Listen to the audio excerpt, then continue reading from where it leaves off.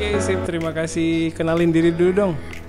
Assalamualaikum, nama saya Ratu dari Prodi Bahasa dan Kebudayaan Jepang angkatan 2021. Oke, sip Ratu. Makasih banyak. Hari ini saya wawancari Ratu karena katanya kemarin ikut magang di Jepang ya? Betul banget Sensei. Oh, magang dari perusahaan apa? Dari perusahaan Dayo Kayun Recruit. Oh, oke. Magangnya di Jepang. Betul sekali Sensei. Jepangnya di mana tuh? Jepangnya di Ehime-ken Sensei. Ehime itu di mana sih? Oh ini Sensei, Pulau Shikoku Sensei. Itu yang di sebelah Hiroshima tuh ada pulau tuh nyempil di situ. Nah itu di situ Sensei. Iya. Kebayang nih sekarang. Iya. Ya. Jadi di pulau itu Shikoku ya, di Iya. Ehime ya. Oke. Berapa lama? Dari kapan sampai kapan? 6 bulan. Saya lupa tanggal dari bulan apa? Masa Oktober dan saya baru pulang kemarin 2 hari sebelum Lebaran. Oktober 2024 2024 ya. ya. Terus pulangnya Oktober, November, Desember, Januari, Februari, Maret gitu. Iya, betul Sensei. Maret baliknya ya. Iya. Maret Lebaran kan ya benar Sensei. Oke. Jadi selama 6 bulan di Shikoku ya, di Ehime ya. Kerjanya ngapain?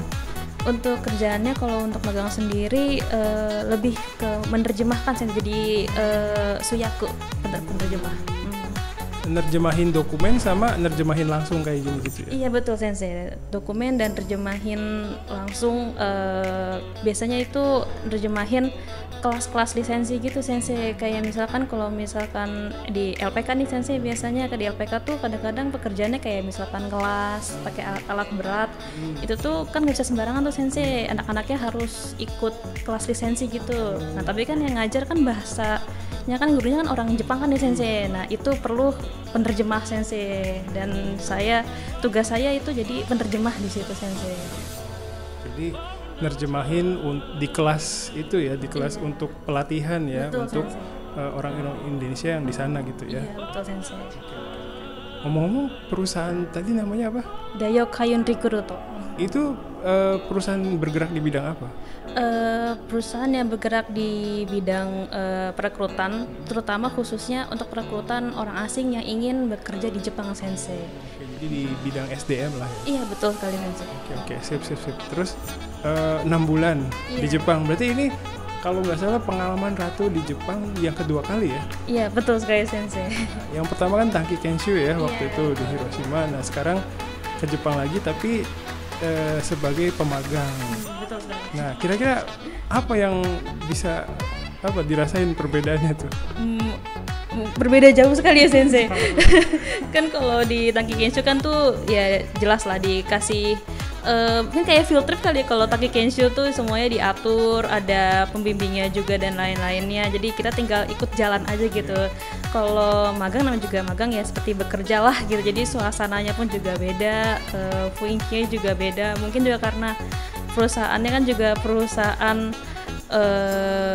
korporat ya Sensei jatuhnya. Jadi secara peraturan, berpakaian dan lainnya itu semuanya berbeda sekali lah dengan Tanki Kenshu gitu. Jadi lebih pas magang kesannya tuh udah kerja banget gitu. Kerja banget Sensei, iya, formal banget Sensei. Oke. Terus kalau secara umum dulu nih pengalaman 6 bulan kemarin magang, apa tuh bisa diceritain nggak kesannya? Kalau secara keseluruhan, kalau menurut saya sangat banyak hal yang bisa saya pelajari Sensei. Yang pasti dalam bahasa dan juga dalam bidang pekerjaan di Jepang itu sendiri, kayak bidang korporat di Jepang itu kan memang kadang agak sedikit berbeda dengan Indonesia gitu ya. Itu tuh雰囲気nya tuh emang beda banget, peraturannya dan lain-lainnya itu banyak banget yang bisa saya pelajarin. Dan kalau dari pekerjaan saya sendiri itu banyak sekali. Kalau bahasa Indonesia itu bahasa khusus ya Sensei, bahasa Gemba. Iya, istilah khusus tuh banyak banget saya pelajarin. Itu juga jujur saya selama 2 bulan awal saya kaget banget Sensei. Saya kaget banget kalau ternyata banyak banget bahasa Jepang yang saya sama sekali nggak tahu gitu. Gak kepikiran saya akan belajar bahasa Jepang fisika Sensei. Karena emang pelajarannya itu ada berhubungan sama fisika, dan suka ada fisika, matematika, mesin gitu. Gak kepikiran di otak saya untuk belajar bahasa Jepang fisika. banyak hal yang saya pelajari, tapi juga senpai sana ada orang Indonesia juga sensei, ada senpai di sana juga yang udah profesional juga untuk penerjemahan, itu ngebimbing saya itu baik banget, dan juga para pekerja Jepang di sana dan pekerja asing juga di situ juga ada banyak, kayak dari Filipina, Vietnam itu juga ada sensei, itu baik sekali dengan saya sebagai pemagang, misalnya memberikan saya waktu untuk belajar dan juga kesempatan gitu. Jadi kalau secara keseluruhan pengalaman yang luar biasa selama 6 bulan itu sensei. Sip, terima kasih, seru banget nih kayaknya deh. Seru banget sensei. Berarti kalau saya tanya kendalanya apa selama magang, mungkin tadi ya istilah yang istilah bahasa khusus di bidang pekerjaan itu ya? Iya betul sensei, itu sangat cukup membutuhkan banyak sekali waktu, dan bahkan selama 6 bulan itu saya baru berani dan juga diperbolehkan oleh perusahaan untuk menerjemahkan sendiri itu setelah 4 bulan belajar. Oke. Sip ya. Nah ini saya mau tanya, pas Ratu dapat pengumuman kalau diterima nih di magang ini, kekhawatiran apa yang ada di pikiran Ratu waktu itu?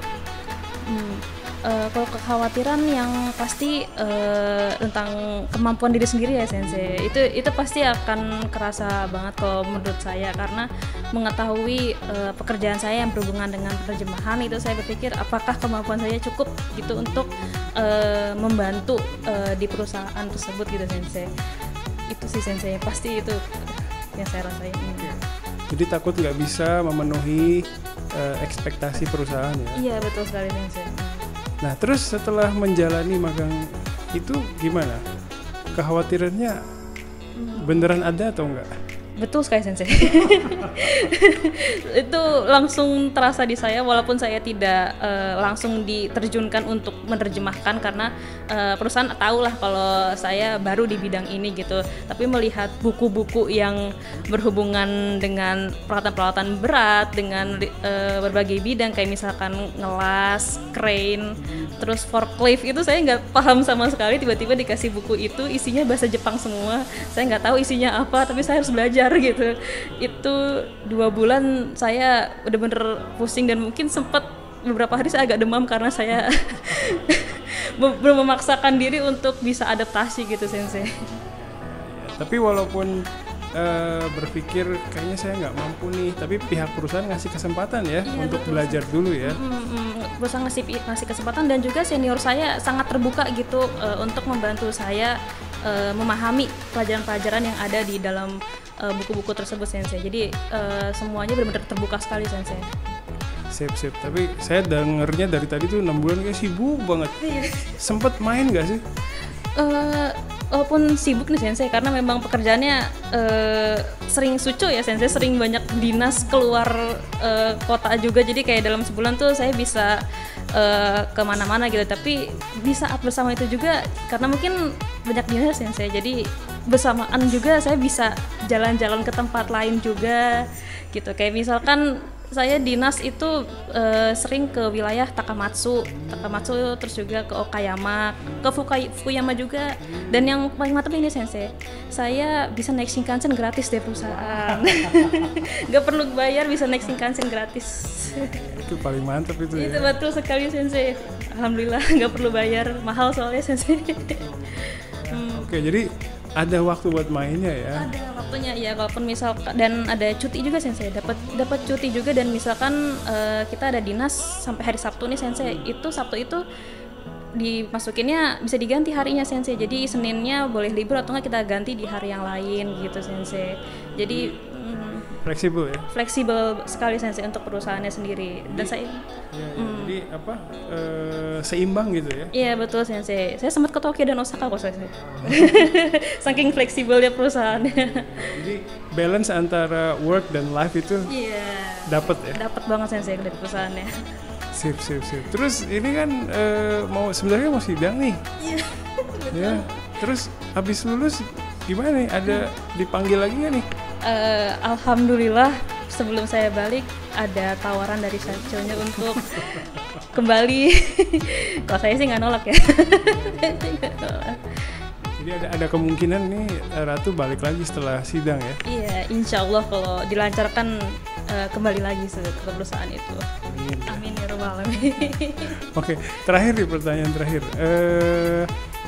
Minta tips dong ya buat temennya, buat adik kelasnya yang ngerasa nggak pede gitu ya, ngerasa nggak punya kemampuan ya. Pas ada kesempatan nih, enaknya tuh harus gimana sih? Mungkin dari Ratu bisa ada tips gitu ya buat mereka. Kalau tips dari saya, kalau ada kesempatan hajar aja. Hajar aja, jangan takut, jangan ngerasa insecure, udah jalanin aja dulu, karena kita nggak tahu ya apa tuh namanya, berkah dari Allah tuh datangnya kapan gitu. Bahkan pada saat wawancara pun, pada saat tahun di Sensei ya, ini tawaran ini saya tuh bener jujur insecure banget dengan deretan yang diberikan pada saat itu. Waktu itu saya masih JLPTN 3 kan Sensei, JLPTN 3, dan sedangkan pesaing saya itu sudah JLPTN 2, ada 2 orang, bahkan sudah ada yang pertukaran pelajar setahun di Hiroshima. Saingan saya besar-besar semua, dan saya nggak nyangka yang justru keterima oleh perusahaan. Jadi kita nggak tahu rezeki, jadi langsung hajar aja deh. Pokoknya kalau ada kesempatan ikut gitu. Ikut ya? Aja, betul. Bener juga sih, rezeki kan yang ngatur di atas ya. Iya betul sekali. Saya kaget nanti keterima, justru saya kaget. Saya insecure dulu padahal pas wawancara. Ya, yang penting usaha dulu deh. Betul gitu. saya. Oke sih Ratu, makasih waktunya hari ini. Hai, こちらこそありがとうございました。